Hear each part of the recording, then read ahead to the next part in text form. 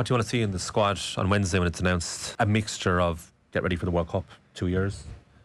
Think of the immediate win November, and with that, so what does the personnel look like, depending on your preference, of course? The squad that he has at the moment, he's pretty comfortable with in making it to that World Cup, so I don't think there'll be too many changes up until that World Cup. Say everyone's fit, the World Cup, 2 years down the line, you're still thinking Lowe and Hansen out wide? Yeah, 100%. Well, Hansen's young. I think Lowe is still in the form that he's in. I think he'll play. The centre is minus Bundy. One of those 2 10s, I think Gibson Park will make it. I think the back row will be similar to what we've seen. Maybe the 6 is the only one that's properly up for grabs. James Ryan, he's still at a good age.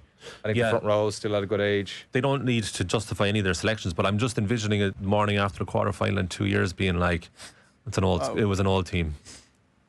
Well, don't wish this into reality. You need to get that out of your mind. Thinking about it, you're willing it into reality. Because you've jumped on that now, right? Like, don't say that.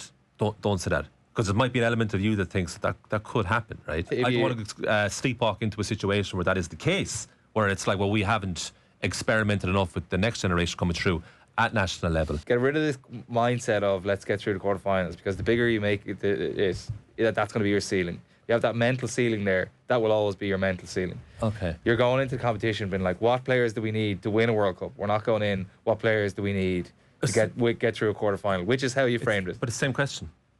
But it's not. It is, because what happens when you win the quarter-final?